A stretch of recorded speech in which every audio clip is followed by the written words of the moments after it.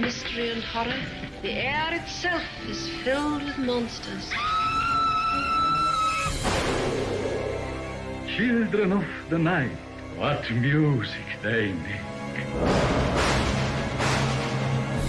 He's alive! He's alive!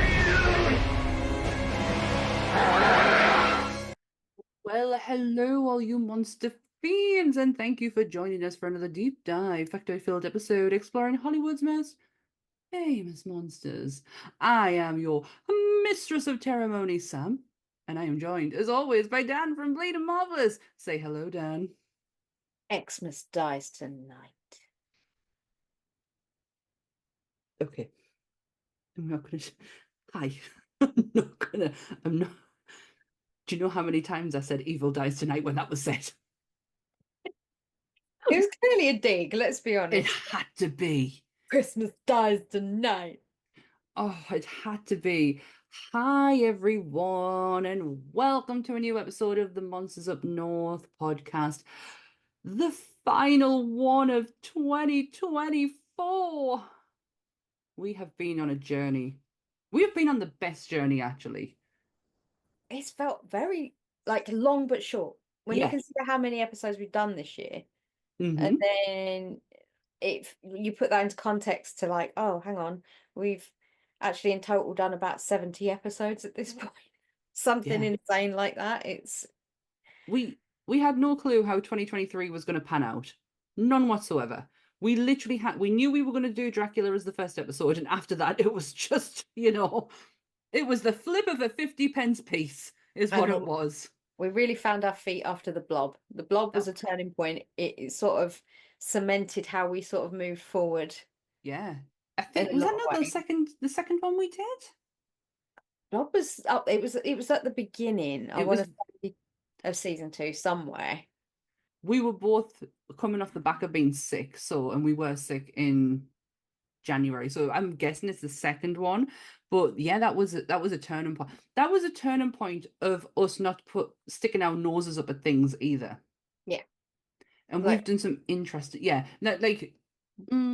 we going to do this one? Yeah, we are. We're going to do them. We've done some interesting choices. We've covered some of the greatest movies that I have seen for the first time this year, like Motel Hell. How are you? I love that film. Oh, so good. I even didn't mind Pumpkinhead. Pumpkinhead. The Return of the Living Dead. Yeah. I mean, I'd get me t-shirt, but that's just really silly because the only thing that I've got. I know you've got stuff. Oh yes, Dan has a new addition to the arm. Yes, I will show you when it's healed. At the moment, we're in our flaky situation. But yes. Yep. So this episode is the Christmas episode.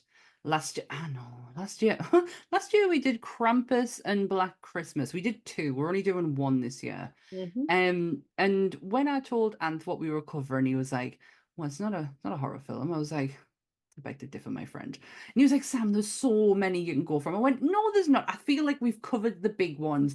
And then we looked on Google, and wow, we've got a decent selection for next year. Yes, yeah. We will probably do more next year, I would imagine, in the realms of Xmas. Oh God, why do I feel so sick every time I say that? When we do more festive ones. Also, I've got a bit of clearing up to do because last week I got a few things wrong. So I would just like to apologise to the people because Thanksgiving is currently this Thursday, not last Thursday when I thought it was. Yeah. And also I think I said something along the lines that Thanksgiving was something to do with independence, and that's Independence Day, not Thanksgiving. Thanksgiving is Puritans and Indigenous people, and I was knackered in my defence. I was coming off the back of Liverpool. So yeah. Hey, I admitted openly that I didn't know anything and then got called out that I didn't know what the Mayflower was. So I didn't realize literally until yesterday that it's not Thanksgiving until it's the last week. It's the last Thursday of every Yeah, Yeah. I even remember saying it was the fourth Thursday, and I like pre-counted an extra And then you see, week in there first. I don't know right. how I even managed that, but yeah, housekeeping. Apologies to anybody that did listen to that and heard me talk nonsense. Do know that my only excuse is that I was fucking knackered, and so I got it wrong. But yes, I admit when I'm wrong, and I try and housekeep if I catch Yeah. to catch myself. So Good job you do. I never do. I always get shit wrong. Always. I say people's names wrong. I get places wrong, but if films you say wrong. it with confidence, people won't notice. So- That's my whole stick. That's the only way I've gotten through 3.5 years of podcasting is just by pure bullshitting people. um yeah, so I'll do the disclaimer and then we're going to get into now. I keep wanting to call it Frightful Night and it's not, it's Violent Night. Yeah, so I'll do the disclaimer and then we'll get into Violent Night. So, everything discussed in today's episode is our opinions and our opinions alone. If you'd like to discuss anything from today's episode, please come and join us on our Facebook pages. You can join us in the Nerdy Up North Discord or comment section where we can have an open discussion. But what we won't have is anyone coming for us and telling us our opinions are wrong. We can all agree to disagree in fandom. So, let's go with fun, keep it kind, and keep the toxic behavior out of nerdism. Yes. Do I Yes? have to say it? For the last time of 2024. Don't be a dick. There you go. Yeah, you do. It's a simplified version of what I say. Kind of makes me think. Now, I'm kind of hoping people would have got the gist, you I know. would like to. I'd like to think so. Right. Violent Night is the 2022 Christmas comedy film. So not a horror. Directed by Tommy Wirkola. And written by Pat, I know that says Pat, not Cat, Pat Casey and Josh Miller. It follows Santa Claus as he fights mercenaries who have taken a wealthy family hostage in their home, starring David Harbour, John Leguizamo, Alex Hassel, and Alexis Louder. You better watch out as Monsters Up North brings you Violent Night.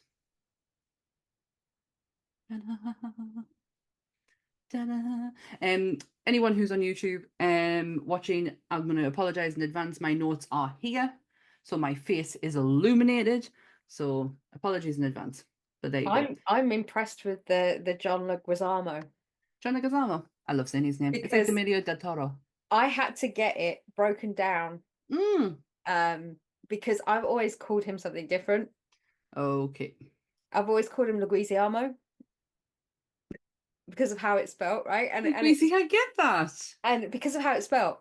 And if he was Italian, that would make perfect sense. But he's not. But he's not. So I had to. What I did was I wanted to make sure for this I was going to get it right because I knew I was saying it wrong, but it just would not leave my brain. So I went onto Google and I got the pronunciation and I got it broken down into phonetics so I could make sure I got it right. And as soon as you said it, I looked down and I was like, she can knows do it. Yeah. She's magic. Honestly, it's a little speciality of mine. I can't speak English properly, but I can say Spanish names, Mexican names. I've got it's like Emilio del Toro, Sofia Vergara. Like I love saying them. So yeah, John Leguizamo. What was I going to say? Yeah, we watched this last night for the second time. So I remember watching it when it first came out and being like, oh my God, it's Home Alone versus Die Hard with fucking Norse gods in there. And I forgot how violent it was. I forgot how actually gory it is and how it can fit into this podcast. Because I started to panic a bit and was like, this kind of isn't, oh, yep, shit, that's an eye. That. Yeah, no, I knew it would fit because I remembered it from when I watched it, like same as you when it first came out. I watched it, and then last night was when I went back and rewatched it because I don't know if anybody's really noticed, but I'm not a fan of the festive period. I'm a fan of the time off. Let's be honest. I will openly welcome that, but the actual festivities is not something that one enjoys immensely. Um, so Christmas movies aren't really my jam, but add some blood in there and some violence and definitely some dad bod David Harbour, and I'll take it because yes, Okay. thank you. So I appreciated that. I got a little bit mixed up in this film and made a little bit of a fool of myself. I was under the impression that he was Odin. there is a reason why I could see how you got there, because when they first started depicting Mm-hmm. the claws in many of his different Yeah. names that he's had over the years. We're not talking about the Coca-Cola old dude, Oh 52nd no. Street dude. We're talking No. going back. He was Odin's likeness was used to depict him. So Well, I was expecting this whole reveal of Odin, and Anth was like, "What are you on about? He's already said what his name is, and he's just a Viking. If anything, he's Thor." And I went, "Eh?" And he went, "The fucking hammer." And he has a manual on his arm, like it's not exactly, it's the top of the hammer part. He has that tattooed on his arm. And I was like, oh, so Odin's not gonna show up. And he went, oh no, he's got two eyes too. So no, it's not him. Yeah, so I got really confused by that and then got called out by my husband repeatedly saying, did you not pay attention to this the first time? Well, clearly fucking not. he goes by many, many names in this film, so he doesn't actually have a character name specifically.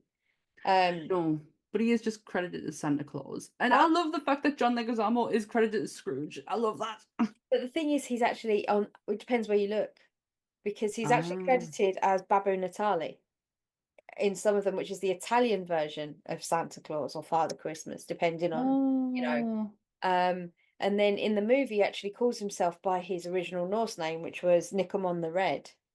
they come on the Reds. And he was said he was known as Nicomon the Red because of the blood that was spilt through using Skull Crusher, his hammer, which painted him red.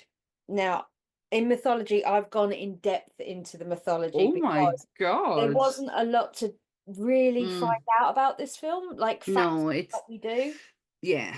So Yeah. I thought I'd go off on a little tangent and see what was the Norse side, the just all the kind of like little bits and pieces to do with the Santa Claus, Father Christmas, depending on where you're from, kind of lore.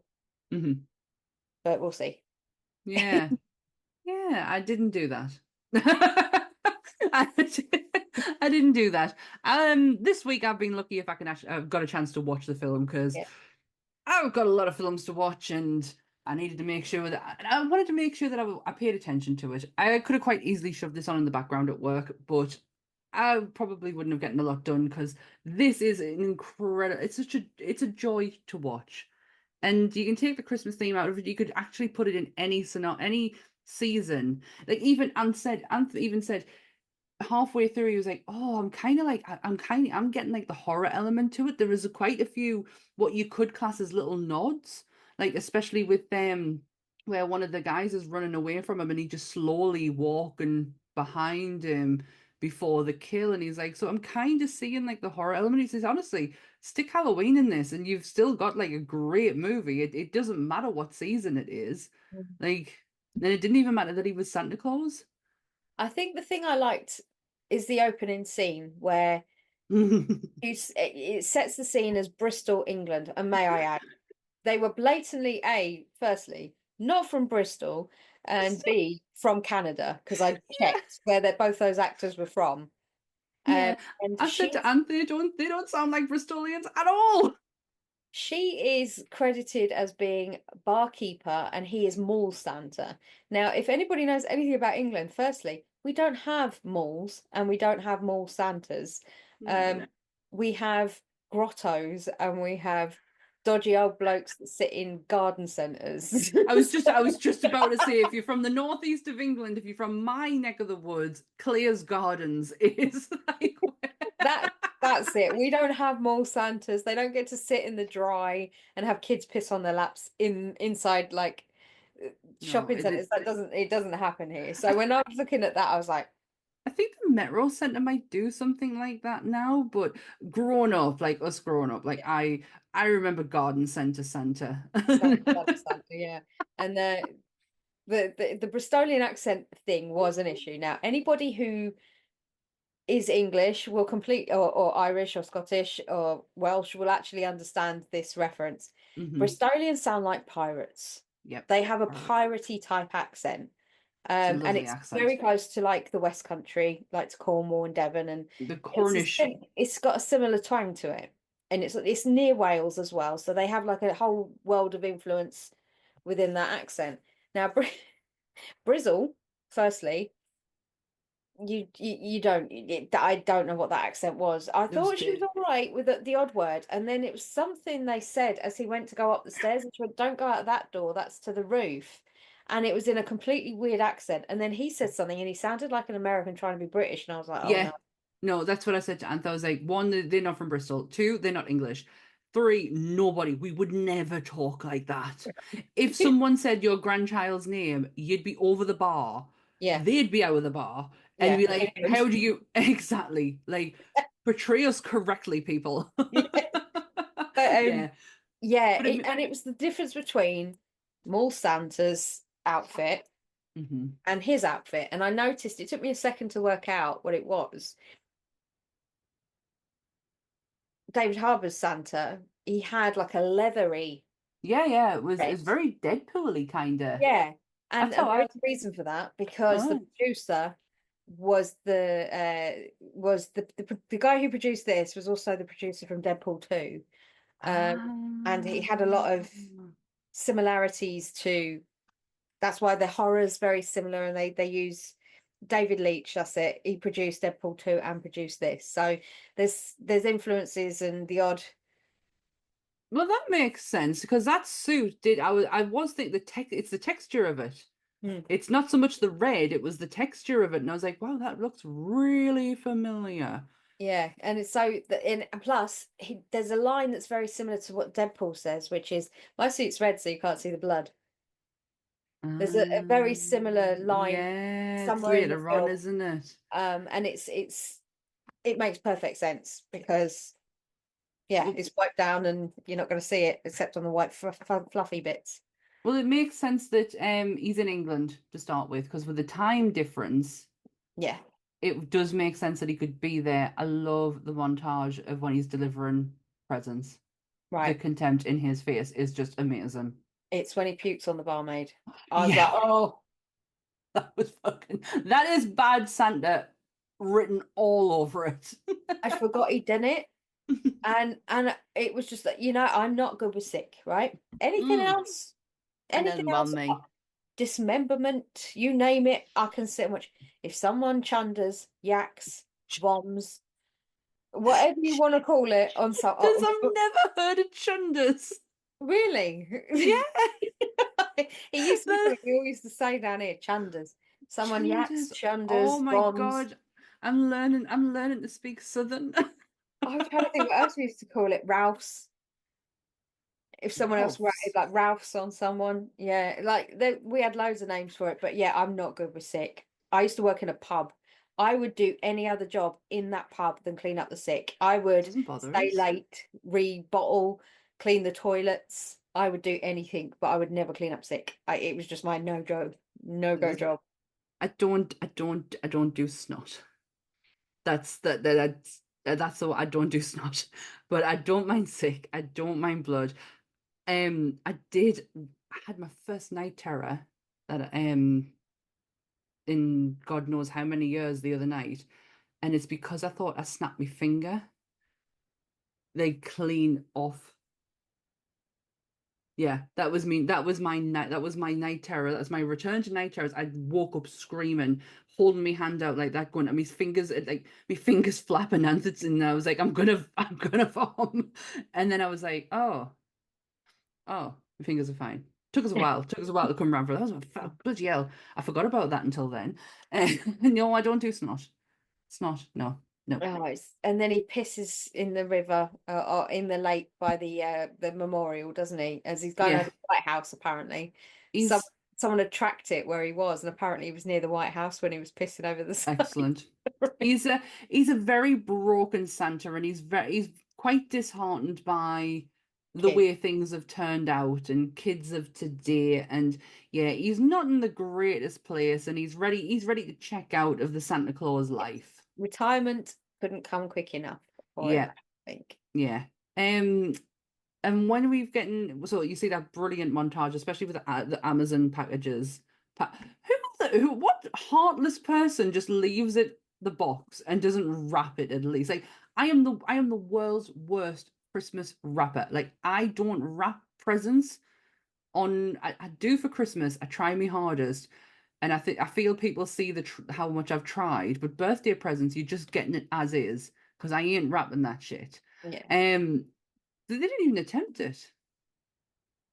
They didn't. They just left it there. But did you And then, notice all the packages were the wrong way up, so it was it wasn't a smile. You know, Amazon have the smile. All the mm, boxes were turned up, so it was a sad face. oh, but then he sees a little girl who has a shitty father. So what did he do to the dad again? He took his 6-pack and gave him some coal. Yeah, give him a lump of coal. Yeah, Yeah, my grandmother used to always threaten me with a lump of coal. same. My mum to this day still does. You'll be getting nothing but a lump of coal. Yeah, but I'm such a smart ass that I would go to a coal fire or go outside and go, I've already got one. What are you gonna do now? Can't ruin my dreams. I didn't realise this film had actually had a theatrical release, because for me, I thought Yeah. it went very quickly to streaming. I didn't realise it had a theatrical release in the cinemas worldwide. According to what all the places I looked, the budget for this was 20 million, but it made 76.6 million in the cinemas. Ooh, that's a good. And that's good return. grossing worldwide. So I thought that was a bit like, I don't remember it being in the cinemas over here. I No. just don't. I remember it just appearing at it's Goodwill. I remember Goodwill watching it, and he was so. I forget Goodwill loves a good horror, good slasher kind of film, and yeah, he absolutely adored this. Once we've had his little montage of Christmas deliveries, we meet the family.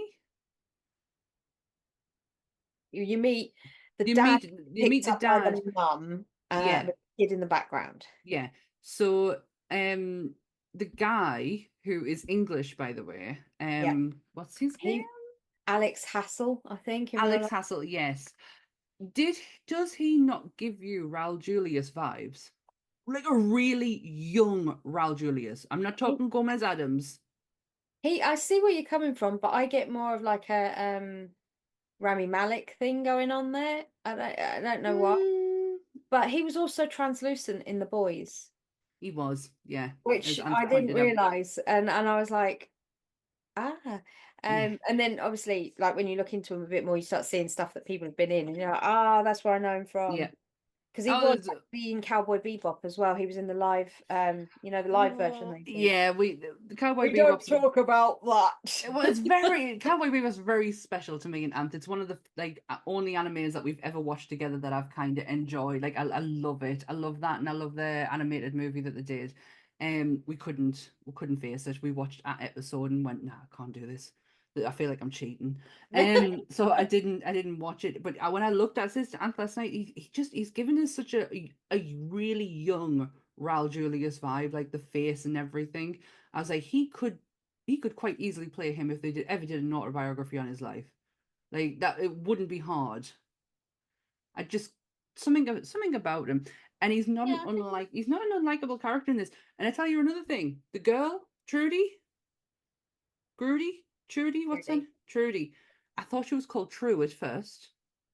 That's what she was called. She didn't get on my nerves. When she does that initial scream when they're talking about Home Alone in the car and how she watched it for the first time, and then she starts she quotes that line, calls her dad a filthy animal. I was like, oh God. And then she does the scream, and I was like, no. She does that again, and I'm switching this off. Get me out of this car. I do not, I cannot, I shall not. No, I will not. Childless for a reason. That is one of my triggering noises, and I don't know why. Like that high pitched, like Yeah, I'm used to it now. My best friend has a tendency to we have this rule on TikTok. If we see a very strange video, we have to then send it to the other person. It's Right. like if you've seen it, I've seen it. If my godson is squealing the house down because he's either not getting his own way or he's tired or whatever it is, she sends me a voice note with him screaming. It's Mm-mm. like if I have to hear it, you have to hear it. No, thank you. Yeah. Yes. So I was like, listen, that kid screaming. I was like, oh God, she does that again, I'm out. And because he says, oh, she'll be doing that again, or the mum says to him, "Oh, there's been a lot of that or something," and I'm like, oh, please don't Yeah. carry that on. But no, she didn't come across No. overly annoying by the end of it. I was quite surprised because I was expecting worse because you do get those kids that are an absolute ruddy nightmare. I think because of him, because of how broken he is and the hope that he sees in her, I think they kind of balance each other out a bit. So it makes it a bit more bearable. I've got to say mine though, I love David Harbour in this movie. Yeah. I absolutely adore him. His cute little man bun is just adorable. I Well, would like it. a Mm, lot of this movie was Lily. Lily asked him to don't know how it came about, but Lily had a lot of influence within this movie of getting him either to play the part or getting the film made. She did insist on the outro song being Slade Merry Christmas, but she had a lot of influence with either getting him the part, him doing the film in the first one. I can't remember what it was, but I read a lot about how she was involved in one I've way or another in getting him in it or being in it. I've read a lot about her personal life. That is that's some dark avenues to go down. Um BBC Sounds, her and Makita Oliver do a yeah. podcast together. You want to listen to some weird shit, listen to them two talking, and it is like every hungover Saturday morning, Sunday morning. Makita Oliver used to be on the TV for me. Hmm. She was the Sunday morning, Saturday morning, like pop. She did Pop World with that Simon. Yeah. What's his I name? I remember in Yeah. Celebrity Gogglebox she was on with her mum. Yeah, so Um Makita used to do that. So I didn't realize they were like best friends, her and Lily Allen, to the point of where she's very straight with her. mm, Like I've seen clips on TikTok and there's no bullshit between the two of them. yeah, I like that though. You can Really tell that honest. they both respect each other's opinions, and if one Hmm. says fucking pack it in, you're acting a Yeah. fool, the other one goes fuck you, runs off, and then comes back a week later and goes, yeah, you were right, I was a Yeah. dick. Yeah. It's It's I don't have an opinion on Lily Allen, even after reading everything I did. And it's you can go and read for yourself. I'm not gonna fucking tarnish the girl. Mhm, She's already done enough of that for herself in the public eye. mhm. Um, but yeah, I didn't really have an opinion. But her dad, Keith. oh, I love Keith Allen. I know he's not everyone's favorite cup of tea, but my God, that man is an amazing actor. He did a ITV drama of can you remember the Bullseye Killer? He was on Bullseye. He was on a Oh game yeah, yeah. show. He played him, and it was the detective on how they found him, and it's Luke Evans who plays him. And I think it's a three-parter, and it's Ant had no interest whatsoever, but the minute he realizes it's him from the Bullseye show, like there's this whole massive revelation, and Ant just like sat down and was like, okay, I'm in. And Keith Allen was mesmerizing in it. He was He was in brilliant. Shallow Grave, which was one of the Yes, very he first was. movies of the whole train spotting Irving Welsh thing. I was obsessed with that film. Yeah. Obsessed. Would watch it two, three times a day. This is in my peak of Ewan McGregor loveness. And Was also that? Lily Allen's well, not anymore. He's not a stepdad anymore because her mum and him got divorced, but Harry Enfield was her stepdad. I So did not know that. yeah, her mum had her and Alfie Allen. And for those of you who don't know, Alfie Allen was Theon. in Game of Thrones. Mhm. He went on to be in The Predator with a terrible, terrible Irish accent. Um, and then she wrote a song about Alfie, as we all know. But her stepdad for her formative years was Harry Enfield. So for you non-UKers, you don't might not know who Harry Enfield is. He is a huge staple of British Mhm. comedy for the 90s. Yeah. Kevin and Perry, Oh, God. the Harry Enfield show. Harry They Enfield and were all, Chums. they were all massive. They were like character skits, and that set a big tone for the way comedy played out for a long time in the UK. And he had a lot of other influential comedians kind of come up and out the ranks with him, and he used to go to college Yeah. or White House. Paul Whitehouse, Carolina Her. Yeah, it's immense what Harry Enfield did for Lily. He tried to keep her on the narrow, but they sent her to boarding school eventually because Lily was quite outlandish. Mm, And then the thing that makes me laugh to this day is the interviews that happen with Lily when she first come out, when she had her singing career come out, and mhm. people were like, "Oh, she's just a normal girl from Notting Hill. She's got a proper accent. She sings with like this proper Cockney accent." Yeah. And then when people actually found out she's from a very posh part of Notting Hill, she attended boarding schools, and her mother and father, her fathers were Harry Enfield and Keith Allen. Everybody was like, "I feel betrayed. What have you done? I feel What have betrayed." you done? I did not know that. I did not know that Harry Enfield was her stepdad. There was, as Dan said, he is a staple within British comedy. However, there's certain things that you cannot go back and watch again, but you can watch the Kevin and Perry stuff because it's Yes. fucking hilarious. It is timeless. Like it is timeless comedy. Him and Kathy Burke Yeah. are geniuses together. And they made a movie. So go back. It's got Reese. Is it Reese Ifans or Peter Cow? Recent finds is Eyeball Paul. It is Yeah, honestly it's it's shit, but yeah. it's that good. It's shit. Like it's shit, but it's good. It's watchable. I love it. When Oasis Thank you. announced my one of my oldest friends absolutely fucking loves it still. She listens to the soundtrack. But when the Oasis tickets went on sale, we went back and watched the sketch where Perry's been to Manchester and he Oh, walks comes in in and his he's like, bucket hat. Yeah. all right, kids. How's it going, Kev? And then Kev tries to do a Manchester accent, but it's more Devon. It's like, oh, me lover. Oh, Honestly, tickled my funny bone. But I was with David Harbour in this movie. I didn't know what to I didn't know what to expect because I don't think Red got Black Widow being out at that point. mm, yes. Yeah, and the Red Guardian. I hope he grows on us, is what I would like to say. Thunderbolts is coming out next year, so we shall see. Mm. Yes, and we got very excited over that when we found out a certain character's going to be in it. Um, but I've completely forgotten his name off the Guardian. But yeah, the Red Guardian. Hmm. Yeah. Um, but the I don't know. It's just because it's Hopper. Yeah. I only know him as Hopper. I Yeah. don't know him as anything else. But he really worked as a bad-tempered fucking Santa Claus.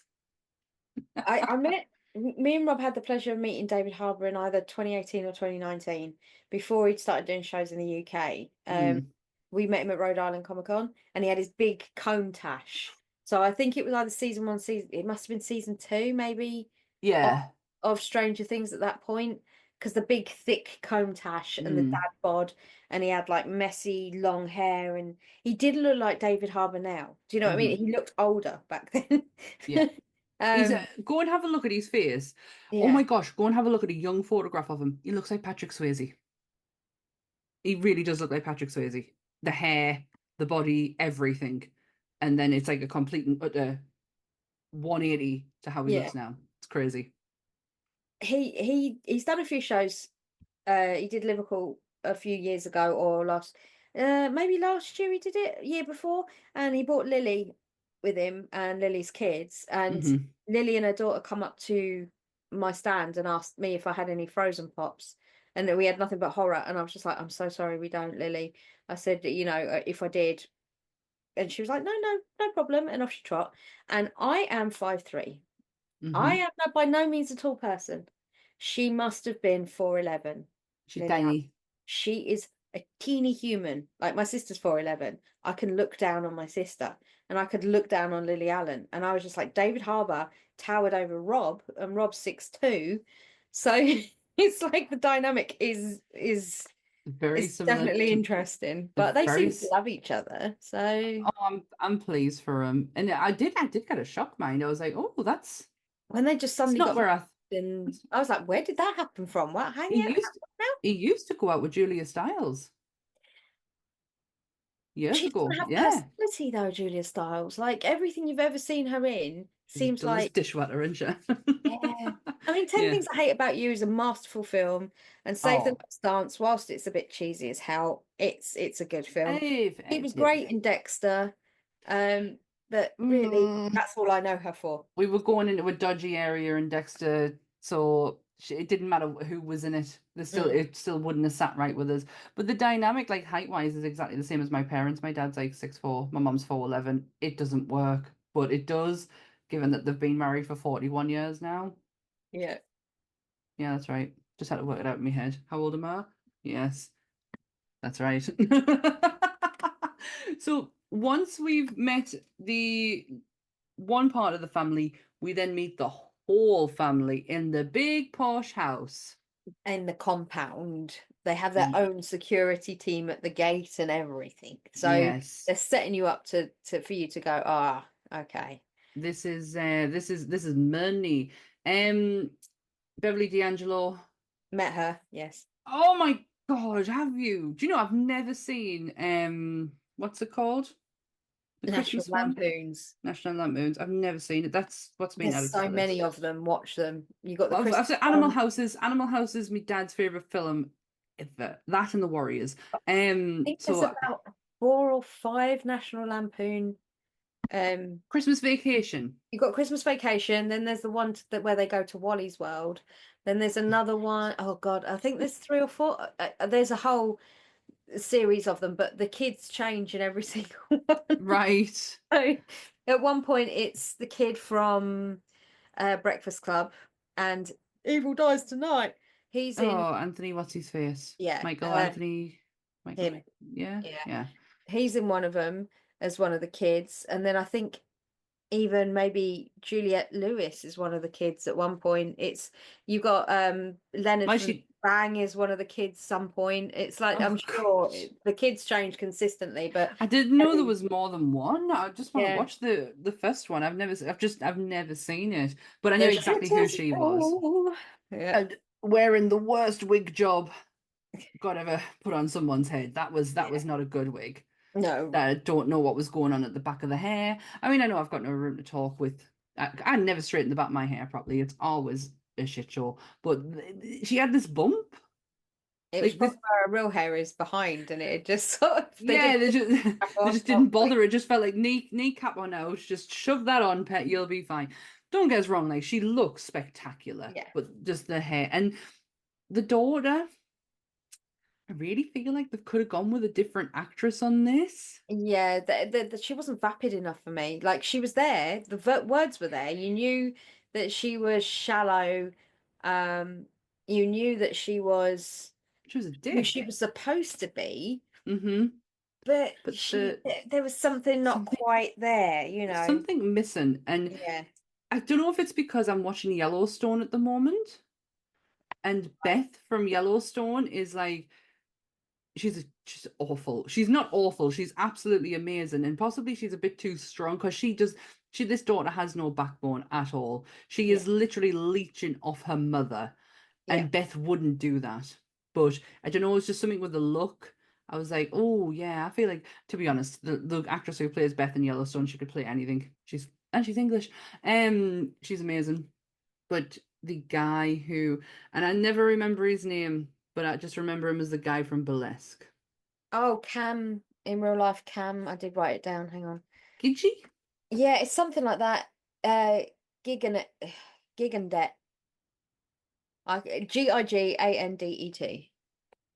That's a guy from Burlesque. Yeah, This is for he plays a parody of Mark Wahlberg, basically. That's who oh, they said he was supposed to be in and this. I see it totally. Yeah. Like I actually enjoyed his performance. It reminds us a lot of Statham in Spy when he's I'm the best spy in the world. Yeah, yeah, it reminded us a lot of that. And also I got a hint of Joey as well. I don't know why from Friends. I got like little hints of Joey, but whatever it is he was trying to pull off, it worked Yeah. because he was fantastic. He was just, it was like every time they ran anywhere, he'd do like some sort of sofa army roll across it, or He like slide across the city, just the oh, end of it. dude. But it just, you had the Vapids. Now the sun was cast well. The Really well. He was a hashtag dick. blessed. Hashtag. Oh yeah, when he was like doing the Yeah. whole. Yeah. We're in my grandma's big house, yo. Got so much money, yo. Hashtag blessed. Hashtag blessed. Yeah. He Like, was yeah, cast. He was cast really well because I fucking hated him. yeah. He did his job. He did He his did his job. job. He did his job really well. So they're setting up for this party, but I don't know who's coming to this fucking party because there was only 6 people and the mum. And I was just like, do you know what? You don't need a whole army of catering staff for 7 people. Because there was some very sketchy catering staff in that place. I Yes. mean, if you've got eagle eyes, you can see them Oh kicking yeah. about all over the place. Yeah. And when your main butler looks like Hans Gruber, you want to start asking questions. Yeah, his real name is Andre Eriksson. And now not a lot of people have seen this, but there is a TV show. If you were into like Vikings and Last Kingdom, which he was in both of those as well, but if you were into this comedy version, which was called Norseman, which Yeah. was really funny, I and watched it. I loved Norseman. They stopped making it. I don't know whether it got cancelled or they just didn't go any further with it. It's almost like they forgot about it. He played Orn in Norseman, so he My did at least a God. season in Norseman. So he's one of those guys that you know the face of, and you know he's been Yeah. in like stuff like the guy who played. I can't remember what his name was. Peppermint. I don't know. The little one. The one from Freddy vs. Jason. Yes, yeah, he's Yeah. that guy that's been in everything that you don't know his name. It's Brendan something. I Brendan just kept saying, and that's Fletcher. him from Freddy Yeah. vs. Jason. Yeah, he's done Bates Motel. He was in The Revenant. He's like his list on IMDb is excessive because he's been in so many things. Good for him. He's a good actor. I like him. I didn't mind him in this. I thought he was quite funny. Yeah. Plays Bit psychotic very well. nuts. Yeah, it's when he threw the sandwich behind the bookcase because he was done with it. I was like, "Ugh." They're gonna find that in about 6 months, It's aren't they? it's when like up to his sorry to skip forward a minute, but his kill and they're all arguing and it's his face and he's like, what?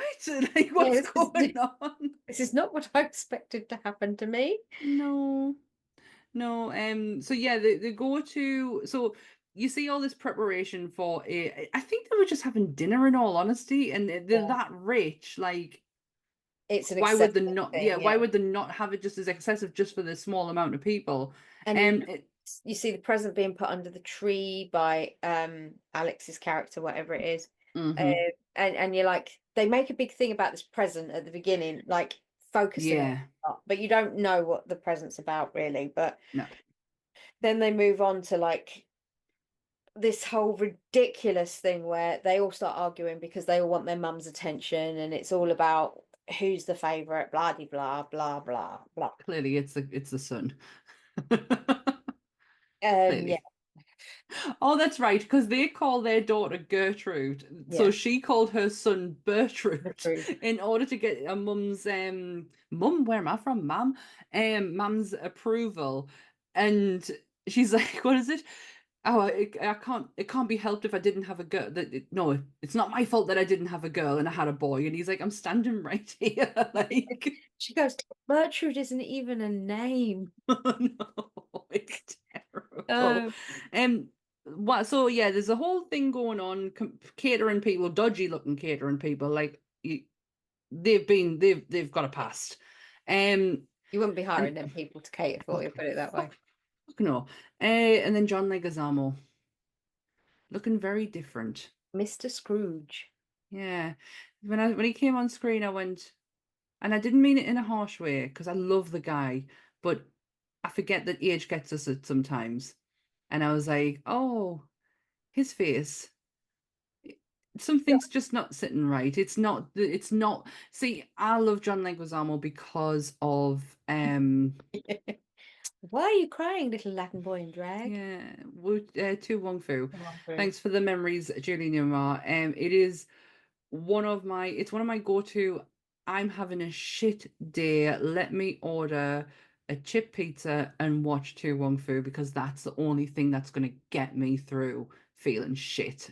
So I'm so used to seeing him like that I get a shock when I've realized he's aged. And the design was he? Oh, I can't remember his name of his character in Spawn, but he was the gross little clown dude in Spawn. Yeah. Oh, He yeah. was in Romeo and Juliet. He played Yeah. Tybalt, Yeah. which You've been I shared posting recently. Romeo and Juliet shit recently. Just two memes because Harold Pen I can never say his surname. The guy who played Mercutio that's now in From, everybody there was a meme that was doing the rounds and I saw it and it was about thousands of people have played Mercutio, yet his version of Mercutio was probably one of the best versions there ever Yeah. was. And that was just the meme, and I put it up, and it just went a bit crazy. It And did. then the next day, I was like, "Yeah, can we not forget about this guy, Yeah. please?" And like I was obsessed with Romeo and Juliet, the Sprout Face and Claire Danes version, because of the way Baz Luhrmann has a way of stylizing things. Oh, I love his style and I love his colors. I love his aesthetic. That and Moulin Rouge for me were two of the most Elvis. breathtaking movies to watch for the set, for the design, for the just how his brain works. Have you seen Elvis? Not yet, because I'm not Dan. a fan of him. No, and even if you just see a snippet of it, even just watch the beginning bit where the yellow lightning bolt comes out. It's just pure Baz Luhrmann. It is the colors of it, the glitter, how he makes things fucking sparkle. It looks so real. It looks like it's coming out here. I love his style. I love that film, by the way. I'm a Elvis fan, so I Oh no, don't absolutely get me adore that wrong. film. Elvis was. I used to have like massive posters of Elvis. I had the '66 comeback poster on my wall for years. And then I had that's the double leather for you, those of you that don't know. And I know uh, that.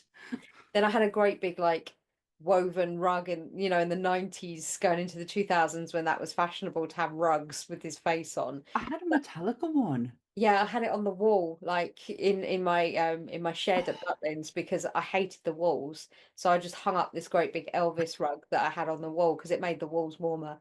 Um and yeah, I Oh, was that okay. person just a bit weird. I loved Elvis and I used to listen to Elvis and everybody's like I was like, yeah, Um, weird eclectic music taste. I mean, I'm nah. sure of a lot what people are going to say about him. I'm not hard, I'm not going to live and die on a hill about him. He had No, me neither. No, me neither. the man was clearly and it had issues, and yes, he did steal things he shouldn't have stolen. Um, and yes, there was some questionable ages floating around. mm, Baz deals with the music side of things very tastefully, and it's not disrespectful to anyone on any side. So it works really well. There's a lot of love went into that film, but I think that's just Baz in a whole. Yeah, Everything is done with a lot of love. But what I loved about Romeo and Juliet is, and one thing I tried for many years and still can't do to this day, how Tybalt could light and match the heel of his boot. And I wanted them boots so badly. I always forget Jamie Kennedy was in it as well. I think, Yes, yes, me too. It's not until you see that scene when they're at the petrol station, I'm like, oh shit, yeah, you're that annoying little shit. He's so annoying in that film. what is it? There's the bit of do you do you Do you bite my thumb at you? but yeah, that's it. The bite the I thumb. I don't. can't remember whether it was bite or flick. No, Do you I bite do you the do thumb you at me, bite your thumb? sir? Do you bite my thumb at me, sir? Yeah, and then it gets more escalated and more escalated. But there's such a way in which they do it. They're all in like Hawaiian shirts, and then you've got the Hispanic element of all of like Claire Danes' family, where they're all like very Well, it's very Los Angeles. It's the very hearts with all the like the do you know the names of these? Gone blank. It's just so Sacred beautifully Hearts. styled. The way that the Virgin Mary and the Guadalupe, The all of Sacred that stuff. Heart. Yeah, that's it. The It's Mary of Guadalupe, yeah. it's all the way they took the kind of like It's it's Mexican Los and it's Spanish root to it, and it's Los Angeles. It's almost like kind of punk rocky. yeah. Like I always think of what are they called? Oh God, they did Santa Ria. What's the name? It's one of Anne's favourite bands. What's the name? I don't practice Santeria. I ain't got no crystal ball. Why can't I think of this goddamn band's name? Sublime. Jesus Christ, Sam. That was going to bother us. It reminds us a lot of Sublime. So I'm not saying it's like total punk rock, but it's like has a little bit of element to it. And going through most of the, like when you start looking at John's career, you realize he's good at playing bad guys. Really You know? good. And when you're someone who's known John as that little Latin girl boy crying, that's in, why are you crying, little Latin boy in drag? Which, can I just quickly add, those three straight men dressed as drag queens and getting it very well. I mean, I will say that the issue, we know that Patrick Swayze's character was more leaning towards the trans side than Queen's, but like Stockard Channing was in that movie.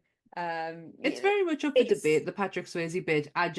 To be honest, I can't look at the subtext and reasoning. I'm looking at the glamour. I'm looking at the beauty. I'm looking at the friendship in that movie. Noxema, can I just say, no one gives Wesley enough credit because Blade came out very quickly after this movie, within a couple of years. So no one remembered Wesley Snipes as Noxema the drag queen. They remember him as Blade. And rightly so, the guy did a fantastic job as Blade. Oh, fuck yeah, he did. But them legs. Noxema, not even an ashy knee in sight. That man very questionable performance by RuPaul at the beginning of the movie. With the Confederate flag dress. Yeah, but this was the 90s. Lady Bunny's in it. Any of you Drag Race fans who know Lady or in the drag scene know Lady Bunny, she's in it. There's probably 100 other people but I adore the film so much. Like honestly, if it's just I cry because it's like I'm so happy that I'm in this world with these people, and Patrick Swayze is it's heartwarming that these three, what you would class as action stars, say fuck it. Who gives a shit? Like different. Could it easily ruin their career? Oh, it strengthened it in my opinion. But going into this, John plays Violent Night. we wouldn't be us if we didn't go on a tangent. It's been a while actually. Like we haven't done a few tangents for a bit. I think it's only been the last few episodes we're like, tangent. He played Mr. Scrooge. They wanted to originally call him Mr. Grinch, but they couldn't get the rights to use the word Grinch. I'm glad. So they called him Scrooge in the end. So he was there because he hated Christmas. You get a monologue eventually when he goes in about the reasons why Christmas is shit and he hates it. Fuck me, it's almost like Gremlins, when she's talking about her dad going up the chimney and that. I'm like, shit. The bit where she keeps darkling out in Gremlins. That Father Christmas, he sat me on his knee. He was in the park, and she has those really great Christmas goes on. These flashbacks, it's like honestly, it's an awful flashback. But he's so menacing at the beginning when you first see him. Like actually, he comes across quite sweet because he's like, "This is a private road. God, you're telling me this is a private road?" Like he's so nice, and then it's just bang. And I was devastated because that security guard seemed really lovely. I was like, "Oh God, I bet he's got a family and everything." And then it's like I don't understand. They've all got in already. No, they're already there. The part of the staff. Come in the same way that everybody else did. Yeah, he didn't have to do that. He was very dramatic in his entrance because he already had his people as their staff workers. Yeah. So they start like taking out people left, right, and center. Like it's a fucking massacre of people getting taken out until he finally makes his grand entrance into the place where the family is sitting and lays out what the crack is. How much did she have in the vault? 300 million or something like that, or 300 million. I could be wrong, but that's what I remember. I think I remember that. It was in cash and it was hidden money. It was money that she was meant to distribute out to warlords and shit like that, or something to stop warlords, or so. It was something along those lines. She never did it. Whatever it was, she never did. Basically, this family is a shit family. They Oh, they're are awful. they are profiteers. That's all that they're there Uh, for. It's only about the money. It's only about the power. They're not very nice humans in general. Like you think that the son's lovely, and you think the mm. daughter's vapid, but If anything, at least she put her cards out on the table and she wasn't hiding the kind of person that she was. yeah, Yeah, she was a horrible person, but she wasn't hiding behind it. He's not the greatest. no, As we will soon find out, it was 300 million. yeah. That she was meant to have distributed, but she never did. She sneakily kept it for herself. And now John Leguizamo wants it. Yes. So in the midst of all this, some reindeers fill up on the roof, Yes. and a certain Mr. Kris Kringle gets out and Forgot Mo- about him for a second. moseys over to the chimney, and you hear him, you see him go down. He goes into this little playroom down in the basement, which is odd because the Christmas tree's in the front room with the chimney in the front room. So I'm not really sure why he got in, how he got in there, but there must No, be another chimney. I don't know. there must be. But he finds the homemade cookies that were made for him by little Trudy. Yeah. One that was him. They are my favorite biscuits in the whole world. Just a plain biscuit with icing on. My bakery up Shiny does these amazing. I have to stop myself from going because I go on ridiculous for them. There's nothing special to them. It's shortbread with icing on. And I've been obsessed with them ever since they first opened there and they did a Teenage Mutant Ninja Turtle one. That's fair. That's a fair Yeah, obsession to have. honestly, been obsessed. But yeah, he finds these cookies or biscuits or cookies if you're Americans, and here's a commotion, Mm-hmm. and it's almost like you gotta be fucking kidding us. Get Mm. me the fuck out of here. He And wants then, nothing to do with it. no, he proceeds to hear the reindeers running, doesn't he? And he's just like, oh no, oh no, no, no, no. And he goes running out and he's screaming obscenities at all the reindeers because they've just gone off and left him. I Uh, loved it earlier on where he was like, Rudolph wouldn't have done this. and he's like proper like angry with them because they were acting like teenagers. And they shit on a roof and he didn't Yeah, appreciate that. no, this is unprofessional. Rudolph wouldn't have done this. um, what gives I can't remember, and I bear in mind I watched this last night. What gives him the that's it. So in all the commotion, is it in the commotion? Because doesn't Trudy get told that Santa Claus is not real? No, Basically, they all get pulled into later on. the room. Yeah. That's later on. So Trudy gets put up to bed, but she talks to our parents who have clearly separated, and she's Mhm. like, "I'm really upset because Dad didn't take us to See Santa, yeah. see Santa," and he gives her a walkie-talkie to say you can communicate now with Santa Claus through here, and that's when she goes downstairs and they all kick off, and Trudy has the walkie-talkie with her, Yeah. which we have our first kill with the guy in the upstairs who then gets thrown out the window on the ice bike. Yes, and then you just see him having a meltdown going, oh no, no, no, no, no, no, no, shit. Fuck this. I did have to ask Ant last night, do you think that really could happen? The Yes, ice. people have been impaled by ice before. Ant had to get some examples first. Yes, stalactites and stalagmites are very lethal, so stay the fuck away from them, ladies and gentlemen. Thank you. Yeah. There's been a public service announcement. Don't fuck with the ice cubes.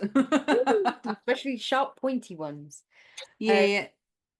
So that's when he gets the walkie-talkie and he gets in tune with Trudy. Mm-hmm. And Trudy believes straight away who she's speaking Yeah. to. She knows exactly who she's speaking to. Because she got told off her dad that she can communicate. So she is that fucking gullible. But it works in her favour because in actual fact he is on the end of the phone. And he checks his naughty or nice list to see who she is. And at the bottom of the nice list, like on her bit, it says, ask the weird kid to the party. That's like one of the last things on the list of the nice things she did. So I didn't see until it got to John Leguizamo's naughty list, and he could see all the things down, and it's like totally disappointed his father. Like, there was some corkers on that one, but I didn't see that that's what it did. Like, it give you like a breakdown of the character as well. So I was like, oh shit. So Trudy, almost in her sweetness and kindness, convinces Santa to help. Yeah, and then she gets caught, brought up into the room, and then there's the whole thing with the nutcracker and the finger. Fuck off. Maybe it was honestly, this was at the beginning of the week. I had that night terror over my finger. So Yeah. maybe it's like being like in my brain. Yeah, basically they make the dad put his finger into the The kind, nutcracker. yeah, it's to prove we're not fucking about here. Yeah, Get your finger off.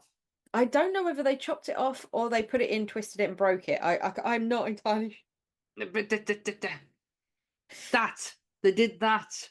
They took his finger off, and I'm sorry, but you'd be in so much pain. It was the bit then they were like, all right, now you're going to put your pecker in here. Hands off. Yeah. There's a kid there. Well, I mean, There was two. I mean, he was more teeny. Yes, okay. He's still probably not. I mean, he Right, doesn't want to like- see his uncle's junk getting taken Right, off by I some mean- nutcracker. I'm sure like a 10-year-old girl doesn't want to see her dad's junk taken off by a great big being. Oh, it's so Avi from Planet Terror, isn't it? Oh, Sweetheart, I want your balls. yes. Yeah. Ew, but he doesn't do it. Doesn't happen. But yeah, they Doesn't happen. catch because she shouts at him. Trudy's like, Santa's gonna come and get you for being naughty, and she stands up, and then that's when it's all kicked off or just kicked off, and then slowly but surely, Kris Kringle is making his way around the house, killing off all the henchmen. He goes fucking. So you can tell he's rusty Yeah, on his first one. yeah, Because it's very all over the place. It's such a good choreographed fight. Like, it was really good. By the second one, he's starting to get back in the swing of things, and they have that really funny joke between the two of them where she's like, "What do you give the naughty people?" And he's like, "Oh, lumps of coal." And she's going, "Go give him his lumps of coal and shove it up his." And he's like, "You'll make the naughty list." And she's like, "Anus." Can I say butt? Oh, that's borderline. Can I say Yeah. butthole? That's borderline. How about anus? Well, it's accurate, so so that cute little moment. So yeah, you can see him kind of every time he goes in for the kills, he's gradually getting better and better and better until he gets his hammer. And I think at this point you've already seen that he's kind of like from Viking era. You know, he has the blood of the wars and everything all over him, and to be honest, I kind of zoned out because it wasn't Odin coming back, so I was like, I couldn't give two shits. He gets stabbed at some point, doesn't he? He's got some battle scars, like you can see them, and when he's stitching himself up, you can see his own like battle scars, and he's tattooing is unreal. It's like so well done. Whoever did the Nordic, the Nordic in it round these sides, the runes that are on his chest, like they are some beautifully well drawn out runes. And I follow a guy who does Nordic tattoos, that style of tattoo, and I think he's from the northeast. He's based in the northeast of England, but I don't think he's from here. And I think he was explaining like the likes of, because obviously Vikings TV show, people are like very inspired by the tattoos that they have, and he was like, in real Viking world, they would never have had tattoos. It certainly wouldn't look as good as that. Yeah. I think they've given them to him for you to understand it, like it's a quick reference point for you to go, hang on a minute, he's old, and those are and he's clearly, because the flashback comes just after he passes out, doesn't it? Like, so you don't know anything until you see him for the first time with his shirt off, and he's sewing himself up, and he's covered in these runes, and then he's got like scars everywhere. And I love how when he wrapped himself up, it was with a bit of Christmas paper and a bit of ribbon. And I was like, okay, that's genius. Genius. That's how resourceful we are. We're just using wrapping paper to cover up these big deep wounds. So yes, he starts going on a killing spree. Now John Leguizamo is obviously getting really pissed off at this point. And is this the reveal? Is this the Christmas present Yeah. opening? Yes. They want to seeing as your mother's not going to be alive for very much longer, she may as well open her Christmas presents, wasn't it? Yeah, so the daughter obviously straight in there and it's shite. Oh, it's the thing that he gives her from his movie. It's the contempt in her face as she's holding it. She's like, the fuck is this? Yeah, this is an Um investment opportunity. and she just goes, uh-huh, and then just puts it down. And then the daughter gives her a picture of her as a baby being held, and she's like, why would I want this? I was already there. I It's was like, like, yeah, oh, bitch. that's a strange present to give someone. Um, but yeah, and then she pulls out the whiskey, doesn't she, out of the It's a bottle of our bourbon or favorite something. whiskey Yeah, with a card attached to it, and the card reads, but it's not revealed at that point. yeah. And she's like, "We'll just keep this between me and him," and she folds it up and puts it in her pocket. Yeah, because at this point, John Leguizamo is breaking into the safe that almost looks like the place that Professor X goes to when he when he needs to zone out. Cracks the code, opens the door. I've missed a bit completely. Before all that happens, she has an extraction team who work for her company who will come in and save her. They did it to our brother, they'll do it to her. The extraction team come. Turns out they're dirty and they're Yeah, all part of it. And it's the extraction team, along with John Leguizamo, who crack the vault. And as the vault door opens, they realize it's fucking empty. yeah, And this is where John Leguizamo loses his shit. yeah. Big Stan. And he, the you got the weird bunch of like mercenary guys that are just like terrible in their winter mercenary, and he comes out with that really cheesy line, I like killing people like I like fucking hard and fast, blah, blah, blah. It's like, ugh, Ew. just ew. Just ew. I mean, it Fucking sets him up for ick. who he's supposed to be, so you're like, okay, you're that guy. A cock. um but yeah, so the action actor boyfriend smashes out the window, rolls away, and it's just that bit where he goes and she goes, "Oh, don't worry, he's going to save us to Beverly D'Angelo," and she turns around and goes, "Jean-Claude Van Dipshit just ditched us, sweetie." I was just like that. Jean-Claude Van Dipshit, just yeah. I was like, that's pretty good. And he goes up to the extraction team thinking he's all right, thinking he's saved. Yeah, Nope. He gets it. He gets it good. boot kaboot. Gone, gone, gone. And the this is where John walks into the room and is this where it's revealed? I Because think so, because I he think takes Trudy's run them away to by this point, hasn't she? She's that's upstairs it. in the she's So upstairs yes, in the attic. that's right. So while Santa's doing his kills, Trudy's actually doing her own Home Alone style kills, with the nail in the in the mouth. Oh, that was some funny shit. Um, in the meantime, before all that actually happens, John Leguizamo does know Santa Claus is here, does not quite believe he's here, has burnt his sack, but the Dutch guy and the blonde-haired girl, they quite believe. And Trudy does her killing. Oh yeah, does her killing by Home Alone in it but the blonde-haired girl is left behind, and this is where Santa Claus comes in to save her with the big hammer, which quite honestly, taking out Blondie, that should have been one and done. There's no fucking way she could have survived that hit. But she did, and she gets killed, and on the because she's on the naughty list for almost killing a little girl. Yes. And I love the way he knows their real names. And Yes. it's like this look of shock on their face. And he's like, I bought you a bike in 1982. And he was just like, What? It's the fact that he named the type of bike, like the make yeah, of the bike as well.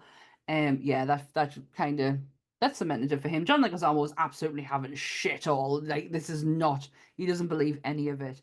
And when they're downstairs, it is revealed that the son is the one who stole the 300 million because he was going to fucking run off with his family. And his family, Trudy and the wife, ex-wife, separated wife, didn't know shit about it. No. He's planned all this. But in the loft, in the attic, there is a window in there. Now that window might look familiar to a lot of people because it's from one of my favorite franchises Oh called my God, is it that window? it's the window from Caesar's room in Planet of the Apes, the first That one, is where not he's where I in the thought you were going with that. yeah, it's the Caesar it's window the window in the attic of Caesar with Dawn War first one. Yeah, It's I know which one you mean. yeah, I always That get one. there's so many. Yeah, the first one. It's the window from upstairs, and it's the constant window that Caesar draws on everything. You know, the circle Right. becomes it becomes the emblem. It's even in the Kingdom for the Planet of the Apes, a recent one with Syrian from The Witcher. The orangutan guy wears the symbol around his I still neck. yet to watch the most recent one, but it would if it wasn't going to be Black Christmas, Mm. my second guess may have had a theme of Planet of the Apes because I know how much you love Planet of the Apes. It's gonna always be Andy Serkis for me. But he's king. He's Andy the king. Serkis is the best monkey actor, ape actor out there. I fell in love with his eyes in King Kong. Like Oh, there I was thought you were going to say something Lord of the so Rings. I was like, no, God fucking no, hell. my precious. It's no, there was just something. There's something about he does everything, but there's just something about how he can make he can emote the human Yeah. through the CGI to the point of where you empathize with the character as a whole and you forget it's a person, but they have such the way that he emotes with the eyes makes it so human-esque. It's weird to explain because they King Kong doesn't talk. Caesar talks, Gollum talks. So it's like, he can vocalize it, but It's how I always say with Daryl Hannah in Kill Bill. She said a lot with that eye. that Just the fucking one. whistle's just gone off in my head. Thank you. Ah, ha, ha, you're welcome. Oh. So once it's been revealed that it is the son who took the money, it's pretty selfish actually. He wants to get away from his overbearing mother by stealing his overbearing mother's money. Like it's it's not the greatest. He's in his ex-wife or whatever she is, doesn't really appreciate the gesture. Nope. But he gets taken away to go and get the money. He has to Yeah. go and get it in order to give it to John Leguizamo. Otherwise, he's going to kill everyone. Yeah. But once they've retrieved the money and have it safely, the orders are to kill everybody. And this is where you get one of the funniest scenes in the negotiation of who's going to be killed first out of the ex-wife, the sister, and the nephew. Because it's very orchestrated. I don't know if they were working together or it was just a sheer coincidence, but it was no, you kill her first. No, kill him first. Kill that little shit first. And it's like it goes on and on to the point where the pure vodka that she's drinking gets chucked into the fire, and the kid from Freddy vs. Jason gets set on fire. Yeah. And then beat the shit out of. But what got me, I was like, why are you hitting them? Stab the fucker. There's Just poker, stab. like poker, fire pokers, isn't it? And like shovels and stuff. And they're beating him just constantly with them. And then they all just keep looking at each other. And then they start again. And then they'll stop looking at each other. And then they start again. And it's like, And then he looks do so the whole. ambushed. Well, they're like, is he dead? And they like touch his face, and he doesn't react. And then all of a sudden, he does react, and the sister stabs him in the face. And I'm like, there you go. Just did that in the Always first place. was like double tap, Zombieland, double tap. Yeah. Let's be honest. And when we've learned this from Scream, they always come back. They always come. Always come back. So there's after all that, and the money's been retrieved, this is like the chase to the end, really, where Santa Claus, John Leguizamo, the other mercenary guy from the extraction team, they're all on this like speed chaser through the Skidoo forest. thing. Into this really abandoned old building which hasn't got any walls, just a chimney breast and a few like. And was like, why is there a chimney breast in the middle of nowhere? And I was like, well, it could be a barbecue or I'm thinking it was like an old cottage that had just sort of on fell the around property itself. yeah, That's because they what I have a lot said. of those and as people remember, he is Father Christmas. He can get up and down chimneys using magic, Yeah. as John now finds out. Yeah, I mean, you get the whole thing about his dad, and he's on the naughty list. I mean, you got that earlier about how his dad, his trauma of Christmas, and he finds out he's on the naughty list, and a fight occurs, but the end result is Santa using his magic up this chimney with John Leguizamo in his arms, and literally his torso is the only thing that comes out of it. That makeup work on that torso at the end was top notch. If you there's a bit that if you pay attention, when you see Santa, basically David Harbour says to John, he said, I knew you'd still believe, and then touches his nose, and they both literally go to shoot up the chimney. But you watch, and it's a split second, but you see John bend head to legs, but the wrong way.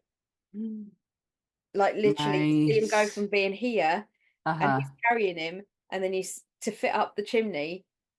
His stomach is facing up, and he goes Mhm. and gets sucked up the chimney like that. And then David Oh, it's Harbour's still holding glorious. him like that when he gets to the top.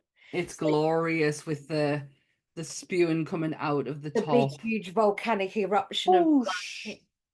and It's then just, it's beautiful. And then he turns around and gets shot. yes, by the lovely, wonderful guy in white who's the dick, Yeah. the I mercenary. mean, Yeah. Stormtroopers wore white, so, you know. And then Um, along our savior, our queen, the bitch, the reason it was to happen, Miss Beverly D'Angelo, and she just shoots him in the head with no second thought. There's no remorse, there's no hesitation. She just does a one-liner and shoots him in the head. Gone, forgotten, goodbye. But Trudy's there while Santa Claus is dying, and they don't do a lot to save him. It's like, we need to do this, we need to. And Oh, then he sets fire to all the he's money. gone. Yeah, they Yeah, set fire to all the money. And for I'm like, half a million gone. Um, but it's the whole, we need to help him, we need to save. Oh, he's looking pretty dead, mind. We might as well just leave him. but that was I liked that because it was like it wasn't your typical response that you were expecting because everybody would automatically go, oh, he's so lovely, he's been fantastic, let's save him. Oh no, the end of the world, he's dead. Oh, we're all gonna go Oh no. sad. They were like, eh. Eh, he's looking pretty done. He'll be gone in a minute, just give it a bit of time, he'll be fine. And he did. He died until the power of believing brought him back. It's Beverly D'Angelo's face when she's like, "Yep, I believe too." Yeah, I just want to go now. I'm done. Yeah, Yeah, I'm done. like- I'm done. I'm done with this bullshit. I hate to say it, but I feel like she's a glimpse into my future. Like this is this. Yeah. Yeah. Yeah. Santa? No, fuck No. off. Yep, I still The believe. Home time. Oh, but I started singing. Oh, I still believe. um,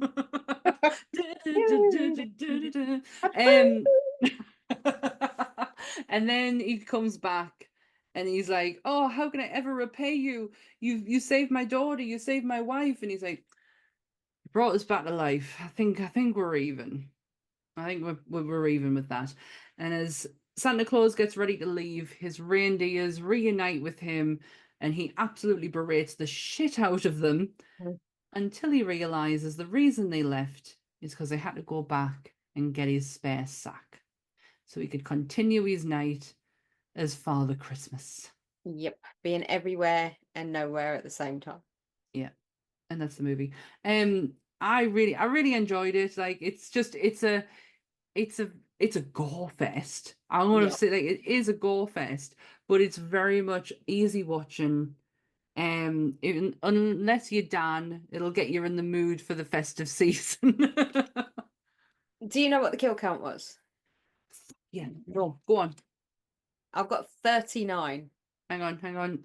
I've got 43. Yeah, so we're in the same ballpark. I watched one that said 39 kills and they went through every kill in the movie, but I'm guessing there might have been a couple Well, that they it say didn't cover. 44 counting Santa's brief death.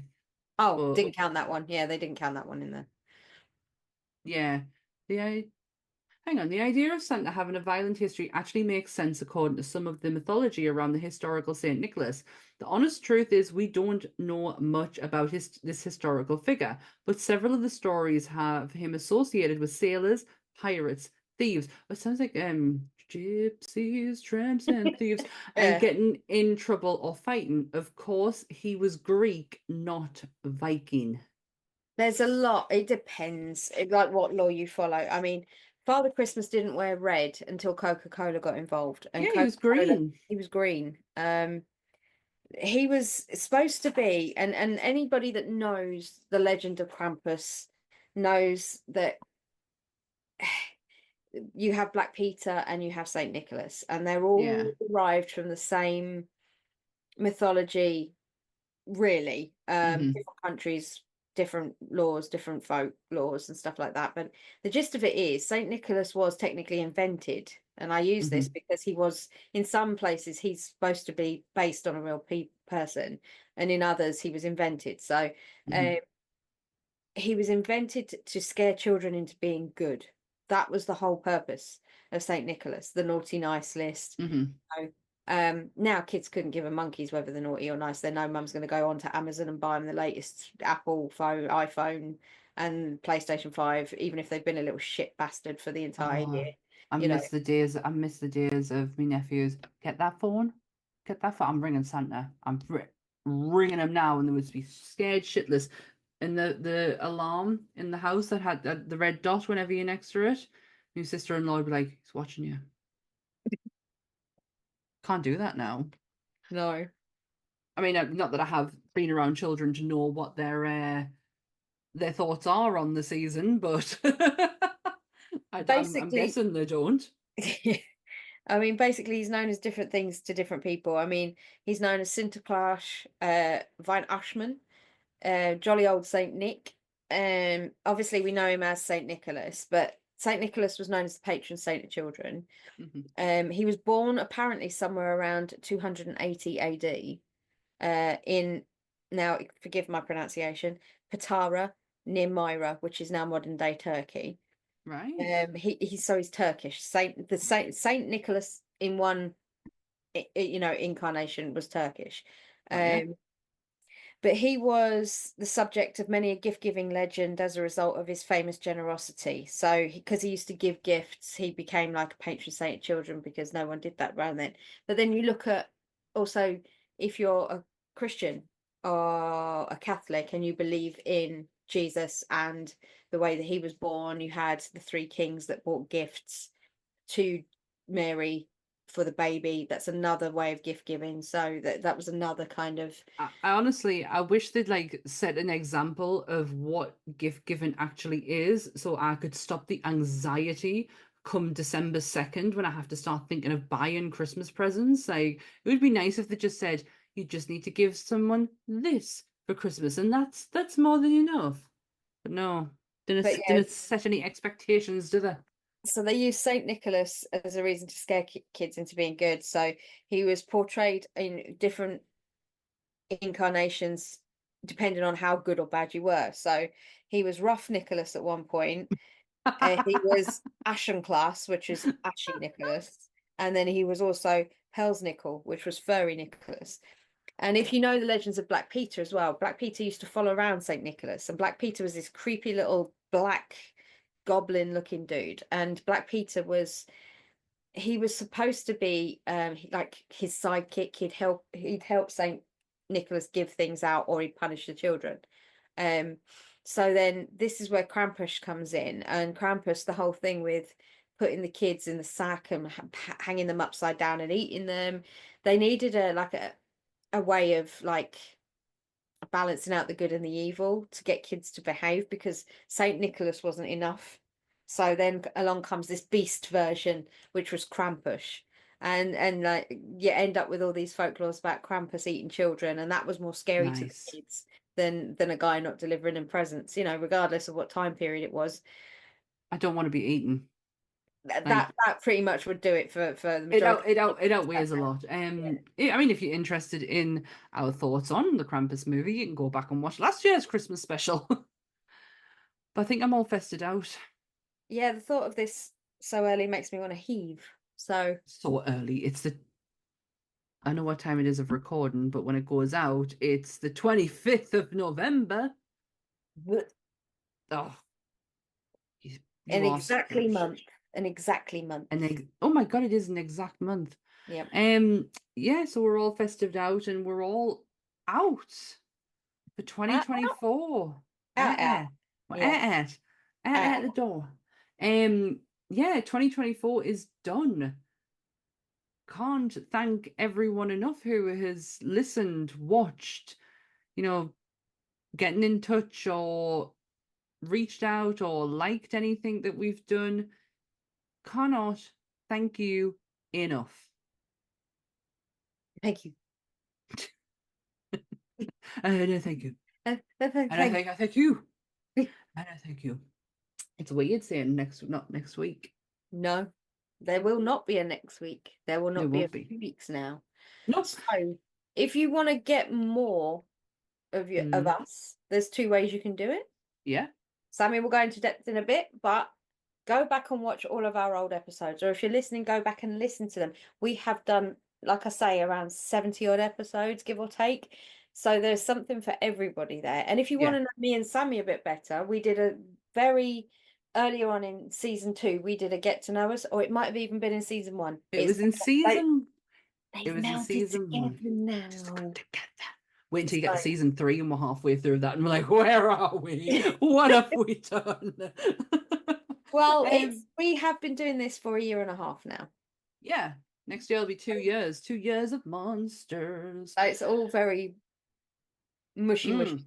But there is an episode called Getting to Know Us, and if you go scroll back on the playlist, you'll see it at the very, give or take, at the very top. And obviously we've matured since we've done that episode, but I think there's a lot of things that obviously might have changed as well, given the movies that we've done this year, because it's not that it's not, for all we didn't have a plan, like I said earlier, but it's not how I saw things going. And next year I don't think we have a plan per se, but we want to add some new other elements in that we've not done before. Yes, I shall be balancing plates during an episode, tightrope walking, and because that's great for the audio listeners, that one. We're going to be doing the talents of Dan that people can't actually see unless they go to YouTube and watch them. Yes. Yeah. I think it's a great section. Yeah. What item can Dan balance on her head today? Do not pick up anything that is in your room right now. This week's episode, a pen. Yes. You know me too well now. You can see me looking down going, what have I got? Yeah, I know. I was like, don't you dare pick anything up that's in that room. So this episode, along with anything else so this episode is on Monday at 8 o'clock, and that is our usual spot. We won't be back until the 13th of January. I know it's a little bit later than what we could have done. However, there is a reason for it, and that will come very apparent later on down the line. You can see us on YouTube at 8 o'clock on Monday. You can go and catch all of our other episodes that are available on the Nerdy Up North YouTube channel. A little section, Monsters, we're right there. You can find us. There's loads, honestly. We've covered a lot. And the audio for this episode and all other episodes associated with Nerdy Up North are on a Tuesday. To find us on audio, though, you do not do it through Nerdy Up North. We have our own section, Monsters Up North. And if you type that in, you will find us on Spotify, iTunes, Audible, or anywhere else you get your podcasts from. If you are on YouTube, please remember to like, share, subscribe, hit us in the comments. Let us know, did you like this film? Did you like any other Christmas film? Can you recommend any other Christmas horror films to get us in the festive spirit? I say get Dan in the festive spirit. You never know what could happen. Silent Night, Deadly Night. They're the only two I can think of off the top of my head. Well, let us know in the comments if you have anything other than what Dan just said. The links for Bleeding Marvelous, Monsters Up North, and Nerdy Up North are where, Dan? Doing there. Down there. down there. Right down there. So that's it. We're not back next week. Audio, YouTube, links, Bleeding Marvelous, Nerdy Up North, Monsters Up North. We're done. We are done for 2024. It's been fun. It's been emotional. It's been something. It's been something. It has been something. So there's nothing else left to say. Say goodbye, Jan. Christmas died tonight. Indeed. Bye. Stay spooky, everyone. Bye.